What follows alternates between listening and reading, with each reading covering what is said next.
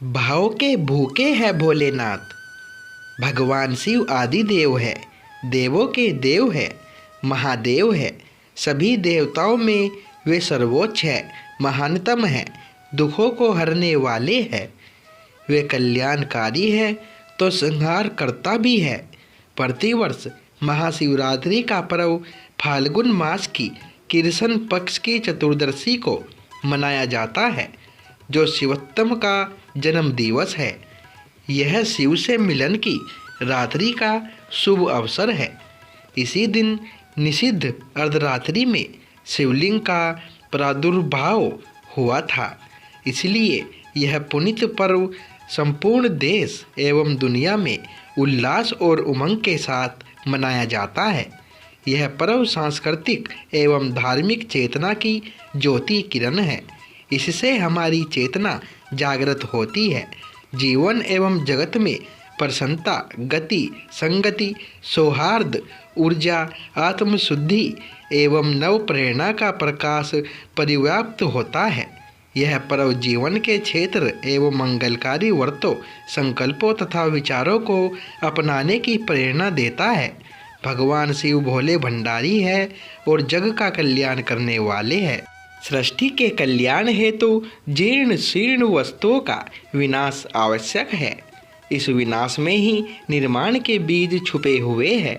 इसीलिए शिव संहारकर्ता के रूप में निर्माण एवं नवजीवन के प्रेरक भी है। सृष्टि पर जब कभी कोई संकट पड़ा तो उसके समाधान के लिए वे सबसे आगे रहे। जब भी कोई संकट देवताओं एवं असुरों पर पड़ा तो उन्होंने शिव को ही याद किया और शिव ने उनकी रक्षा की। समुद्र मंथन में देवता और राक्षस दोनों ही लगे हुए थे।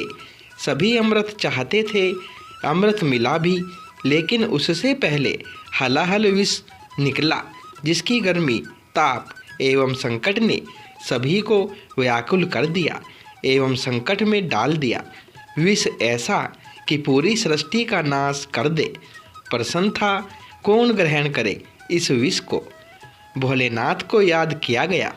वे उपस्थित हुए और इस विष को ग्रहण कर सृष्टि के सम्मुख उपस्थित संकट से रक्षा की। उन्होंने इस विष को कंठ तक ही रखा और वे नीलकंठ कहलाए। इसी प्रकार गंगा को पृथ्वी पर लाने के लिए भोले बाबा ने ही सहयोग किया, क्योंकि गंगा के प्रचंड दबाव और प्रवाह को पृथ्वी कैसे सहन करे। इस समस्या के समाधान के लिए शिव ने अपनी जटाओं में गंगा को समाहित किया और फिर अनुकूल गति के साथ गंगा का प्रवाह उनकी जटाओं से हुआ। ऐसे अनेक सृष्टि से जुड़े संकट और उसके विकास से जुड़ी घटनाएं हैं, जिनके लिए शिव ने अपनी शक्तियों, तप और साधना का प्रयोग करके दुनिया को नवजीवन प्रदान किया। शिव का अर्थ ही कल्याण है। वहीं शंकर है और वहीं रुद्र भी है। शंकर में स का अर्थ कल्याण है और कर का अर्थ करने वाला। रुद्र में रू का अर्थ दुख और द्र का अर्थ हरना, हटाना। इस प्रकार रुद्र का अर्थ हुआ दुख को हरने वाले अथवा कल्याण करने वाले। भौतिक एवं भोगवादी भागदौड़ की दुनिया में शिवरात्रि का पर्व भी दुखों को दूर करने एवं सुखों का सर्जन करने का प्रेरक है। भोलेनाथ भाव के भूखे हैं। कोई भी उन्हें सच्ची श्रद्धा, आस्था और प्रेम के पुष्प अर्पित कर अपनी मनोकामना पूर्ति की प्रार्थना कर सकता है। दिखावे, ढोंग एवं आडंबर से मुक्त विद्वान, अनपढ़, धनी, निर्धन कोई भी अपनी सुविधा तथा सामर्थ्य से उनकी पूजा और अर्चना कर सकता है। शिव न कांठ में रहते हैं, न पत्थर में, न मिट्टी की मूर्ति में, न मंदिर की भव्यता में। वे तो भाव में निवास करते हैं। यह पर्व महाकाल शिव की आराधना का महापर्व है। ऐसी मान्यता है कि इस दिन पूजा एवं अभिषेक करने पर उपासक को समस्त तीर्थों के स्नान का फल प्राप्त होता है। शिवरात्रि का व्रत करने वाले इस लोक के समस्त भोगों को भोग कर अंत में शिवलोक में जाते हैं। शिवरात्रि की पूजा रात्रि के चारों प्रहर में करनी चाहिए। शिव को बिलपत्र, धतूरे के पुष्प तथा प्रसाद में भांग अति प्रिय है। लौकिक दृष्टि से दूध, दही, घी, शक्कर, शहद इन 5 अमृतों का पूजन में उपयोग करने का विधान है। महामृत्युंजय मंत्र शिव आराधना का महामंत्र है। शिवरात्रि वह समय है जो परलौकिक, मानसिक एवं भौतिक तीनों प्रकार की व्यथाओं, संतापों, पाशों से मुक्त कर देता है।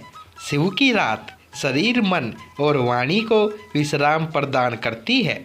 शरीर, मन और आत्मा को ऐसी शांति प्रदान करती है जिससे शिव तत्व की प्राप्ति संभव हो पाती है। शिव और शक्ति का मिलन गतिशील ऊर्जा का अंतर्जगत से एकात्मक होना है। लौकिक जगत में लिंग का सामान्य अर्थ चिह्न होता है, जिससे पुल्लिंग, स्त्रीलिंग और नपुंसक लिंग की पहचान होती है। शिवलिंग लौकिक के परे है, इस कारण एक लिंगी है, आत्मा है। शिव संहारक है, वे पापों के संहारक है। शिव की गोद में पहुंचकर हर व्यक्ति भय ताप से मुक्त हो जाता है। शिवरात्रि जागृति का पर्व है, जिसमें आत्मा का मंगलकारी शिव से मिलना होता है। यह आत्म स्वरूप को जानने की रात्रि है। यह स्वयं के भीतर जाकर अथवा अंतःचेतना की गहराइयों में उतरकर आत्म साक्षात्कार करने का दुर्लभ प्रयोग है। यह आत्मयुद्ध की प्रेरणा है, क्योंकि स्वयं को जीत लेना ही जीवन की सच्ची जीत है, शिवत्व की प्राप्ति है। काल के इस क्षण की सार्थकता शिवमय हो जाने में है। शक्ति माया नहीं है, मिथ्या नहीं है, प्रपंच नहीं है। इसके विपरीत शक्ति सत्य है। जीव और जगत भी सत्य है। सभी तत्व सत्य है, सभी शिव में है। शिव शक्ति के प्रतीक ज्योतिर्लिंग का प्रादुर्भाव फाल्गुन कृष्ण चतुर्दशी की निषिद्ध काल में हुआ था।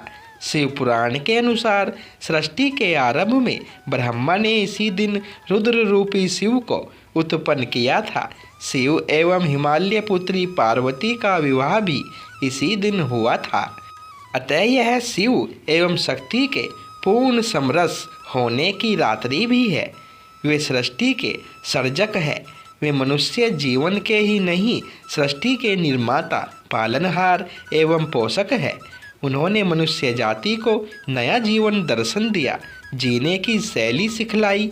शिवरात्रि भोगवादी मनोवृत्ति के विरुद्ध एक प्रेरणा है, संयम की, त्याग की, भक्ति की, संतुलन की। सुविधाओं के बीच रहने वालों के लिए सोचने का अवसर है कि वे आवश्यक ज़रूरतों के साथ जीते हैं या ज़रूरतों से ज़्यादा आवश्यकताओं की मांग करते हैं। इस शिव भक्ति एवं उपवास की यात्रा में हर व्यक्ति में अहंकार नहीं बल्कि शिशु भाव जागता है। क्रोध नहीं, क्षमा शोभती है। कष्टों में मन का विचलन नहीं, सहने का धैर्य रहता है। यह तपस्या स्वयं के बदलाव की एक प्रक्रिया है। यह प्रदर्शन नहीं, आत्मा के अभ्युदय की प्रेरणा है। इसमें भौतिक परिणाम पाने की महत्वाकांक्षा नहीं, सभी चाहों का संन्यास है। शिव ने संसार और संन्यास दोनों को जिया है। उन्होंने जीवन को नई और परिपूर्ण शैली दी। पृथ्वी, पानी, अग्नि, वायु, वनस्पति की जीवन में आवश्यकता और उपयोगिता का प्रशिक्षण दिया।